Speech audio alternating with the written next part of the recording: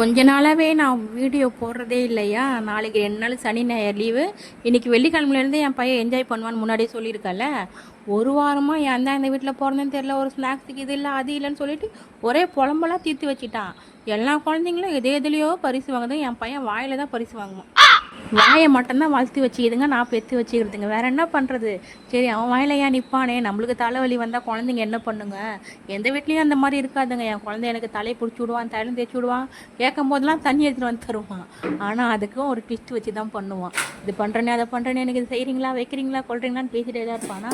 சரி, அவனுக்காக செய்யலாமேன்னு சொல்லி இறங்கிட்டேன். ஏதாவது ஒரு பொருளை சமையல் செய்கிறத நான் பார்த்தேன்னா அதை அப்படியே கை வந்த கலையாக செஞ்சிடுவேன். அதில் எந்த பிரச்சனையும் கிடையாது. நடுவில் இந்த தலைவலி வந்து தான் என் உசுரை வாங்க, வேறு ஒன்றும் பிரச்சனை இல்லை. பேசிக்கிட்டே இந்த சில்லியும் ஆரிக்கானவோ வீட்டிலே ரெடி பண்ணலான்னு சொல்லிட்டு நல்லா நைஸாக ஓட்டிட்டான். அது அப்படியே கோலமாவு மாரி ஆச்சு. சரி, பரவாயில்ல விடுங்க.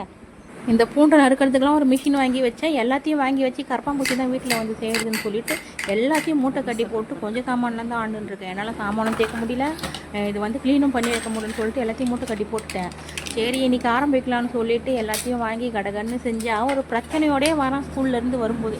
அதையும் நான் வாய் பொறுக்காம சும்மா இல்லாமல் அவன் பிரச்சனை எப்போவும் சொல்லுவான் ஸ்கூலில் நடந்த விஷயத்தெல்லாம்.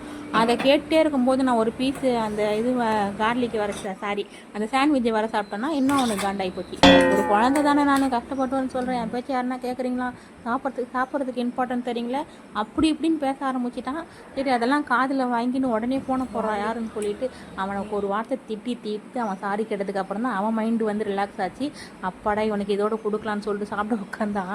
சாஸ் நிறைய போட்டிங்க, எனக்கு பிடிக்கலன்னு சொல்லிட்டு எழுந்து போயிட்டான். அவன் எந்த காண்டில் போனான்னு தெரியல. கிளம்பி அவங்க ஆயா வீட்டுக்கு போயிட்டான். போகும்போது ஒரு டிமாண்ட் விட்டு போயிட்டான், நாளைக்கு நான் என் அக்கா வீட்டுக்கு போவேன், அதாவது அவங்க பெரியம்மா வீட்டுக்கு போயே தீருவேன்னு சொல்லிட்டு போயிட்டான். பெரியம்மா மேலே இருக்க பாசத்தினாலலாம் இல்லை, அங்கே போய் ஜாலியாக என்ஜாய் பண்ணுறதுனால. 3 மாதம் கழித்து அவங்க ஊர்லேருந்து வந்திருக்காங்களா, அதனால் அந்த இது எங்கள் ராகவ கூட தானியா கூடலாம் கொஞ்சம் போய் டைம் ஸ்பெண்ட் வரலான்னு சொல்லிட்டு அவர் கேட்டிருக்காரு. நாளைக்கு என்ன நடக்குதுன்னு தெரியல. நாளைக்கு தான் ஊருக்கு போக போகிறோம். ஆனால் இன்றைக்கி நைட்டு ஃபுல்லாக என்ன தூங்க விட மாட்டேன். எப்போ கூட்டு போவீங்க, எங்கே கூட்டு போவீங்க, யார் கூட அனுப்புவீங்கன்னு சொல்லி என் உசுரை வாங்கி எடுக்க தான் போகிறோம். அதுக்கு முன்னாடி நான் இதெல்லாம் சாப்பிட்டு தெம்பாகணும்.